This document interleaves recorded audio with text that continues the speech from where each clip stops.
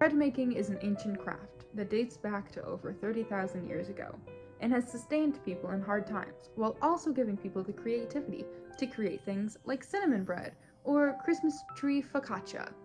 It also... God, it's all over my hands. Bread. We've all had it, or I hope you've had it. But it's a staple in most people's diets, at least in some form, and it's been that way for centuries. In ancient Egypt, they cracked grain, mixed it with water, and then left it in the sun to form a crust. And now, you can just go to the store and buy a loaf for a few dollars. But still, this food holds so much culture, with things like baguettes in France, roti in India, and mandazi in East Africa. But how did we get here today with so many varieties of bread? And can I make any of them? Well, let's walk through the art of bread making and have our hand at it. Bread. The Wikipedia page for types of bread lists about 240 distinct types, but I don't have the time, the space, nor the stomach to do all of that, so today we are going to be focusing on 3, starting with our ancient bread, which ancient bread isn't actually on the Wikipedia page, but it's how they did it when bread was first invented, and all they had was grains and water. And I am not going to be grounding the grains by hand, instead I'm just using pre-bought flour. This recipe I am following is 14,000 years old, or approximately so. And basically all you do is mash grains, add it with water, and then add in some roots. Which I am guessing the roots that they were using were not store-bought baby carrots, but it's what I have. I do think it's funny though that I'm using pre-ground flour and my oven, both technologies they didn't have back then, but then I am still forcing myself to mash the carrots by hand instead of using my food processor. As I mentioned, historians date the invention of bread to ancient Egypt, or about 30,000 years ago. It became popular because of how easy it is to make, carry around, and incorporate into other foods. So with how limited this recipe is, I don't really know the texture this is supposed to be, like there's no ratios, but it was said that they used to eat this before like they baked it, they would eat it as gruel. And so I feel like it has to be a somewhat pliable texture, right? It's not like a complete dough. So I'm gonna leave it as is.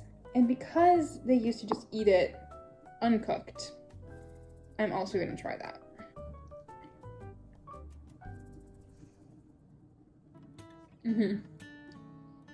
Honestly, not as bad as I thought. The face was initially because just the texture of having the carrots in there threw me off.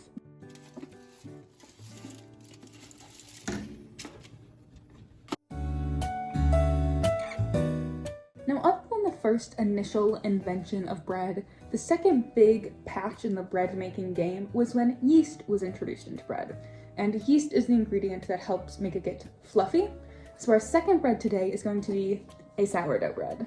And I am following this 5,000-year-old recipe, which uses flour, salt, sourdough starter, and water. Now back then, they probably didn't have the intensive sourdough starters that we have today, and in this recipe I'm following, they said that they probably just used a bit of the leftover dough from a previous batch of bread. So I just made a little bit of the bread dough a few days ago, and I've been letting that sit and ferment and build yeast, so that's what I'm going to be using. A bit of history and fun facts surrounding sourdough bread is that when it was first invented, it was kind of discovered accidentally, or said to have been discovered accidentally, by just leaving the bread by things that have yeast in it, like beer or even other bread doughs.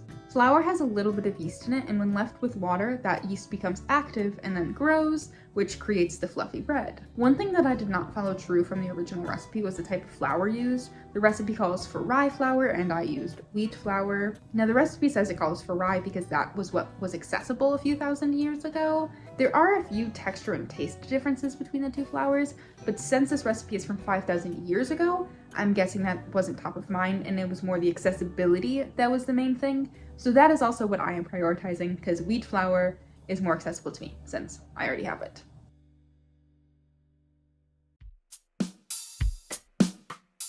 Decades after either of those recipes were invented, in 1100, the term baker was coined. And then, in 1794, the first flour mill was invented, and now we have white bread. And while many people see this as a modern invention, it actually grew to popularity in the 1800s, but it is still one of the more modern breads we have, so that's what I'm going to be making today. And white bread uses a lot more ingredients than the other recipes, requiring water, salt, butter, sugar, flour, honey, and yeast. And if you are interested in following along to any of these recipes, I will be putting the links for them down in the description below. Now you might see, even between these 3 different recipes and the thousands of years of time between them, they all use relatively the same ingredients. Flour, water, and a few add-ins. But even so, in the end, they look very different. And we also consider them to be different recipes. But that is mostly because of the baking science behind them, as well as the different cooking methods. But if so many breads just use the main base ingredients of flour and water, how do we have over 200 varieties? One main difference between a lot of these different types of bread is just the shape. Pitas and tortillas are flatbread, bagels, round bread. So that kind of equates for a lot of the differences, but a lot of it actually just comes down to culture. In the early Americas, corn was a lot more prevalent than any wheats or rye to make flour, and so they used corn as a replacement for those things, which creates a lot of the different variations of bread. And then in Nordic countries and in Africa, they bake the bread underground, using the earth's natural resources to create variations on the recipes. The reason so many types of bread exist is because of how easy it is to make and how many different ways you can make it. You can make it with or without yeast, use different types of flour, or a corn replacement, bake it on a pan, on a stove, use different add-ins. Bread is a very universal term that basically describes baked flour, and that allows for a lot of different interpretations. And one random fun fact that I found while researching for this video is that a lot of the early breads were more pitas or tortillas. They were very flat breads, as opposed to the loaves we think of when we think of bread. But to be honest, most of this exploration and experimentation happened a long time ago. And with the industrialization of bread, these changes and new forms of bread are way in our past. Except, of course, if you make them. And now it is time for the most important part of any bread making, the eating. Now, I baked all of these tonight, so they are all still very fresh. And let's get started and travel through the ages of bread. I'm going to start with the one I am least excited about, and the oldest, so we will quite literally travel through time. Honestly, the carrots in it don't look as bad as I thought it did. Like from far away, it just kind of looks like darker spots. This is also the one that I most recently pulled out of the oven. So there also was no baking time on this, so it feels done. The outside is crispy. I do think it is a little bit underdone, but I'm just gonna go with it. And let's try this. That tastes like nothing. The texture isn't bad. The carrots, honestly, in the heat, kind of disintegrated a little bit, so it just kind of mushes in with it anymore. There's no crunch to it. There's a nice crunch on the outside, but it feels like it's just like water with the hintiest hint of just flour, which I guess isn't bad. Yeah, it's not bad, but it's not as bad as I thought it was gonna be. I'll say that, but it's not good.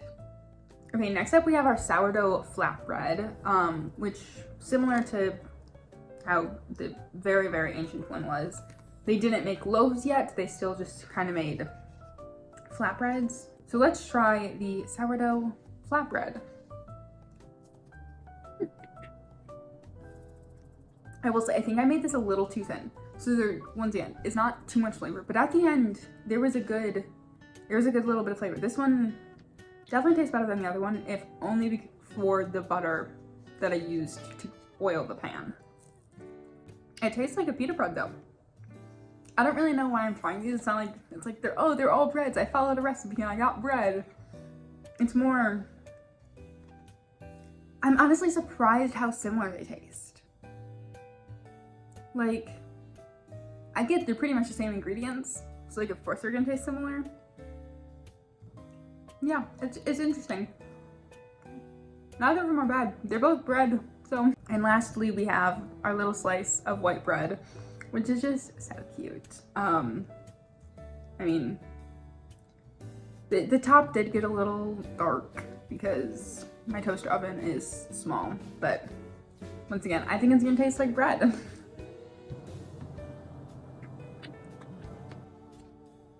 That's some bread-ass bread. I mean, yeah, no complaints from me. It's fluffy. It tastes good. I feel like I have been so bad at like giving my feedback on these, but quite honestly, they taste so similar. Like, they all just kind of taste like bread because they're all just mostly just flour and water. Honestly, my favorite was probably the sourdough. I don't know what it is. I don't know if it's the crisp just through the method of cooking it or what it is, but this one was probably my favorite. I mean, yeah, this one, the really old one was not as bad as I thought it was gonna be.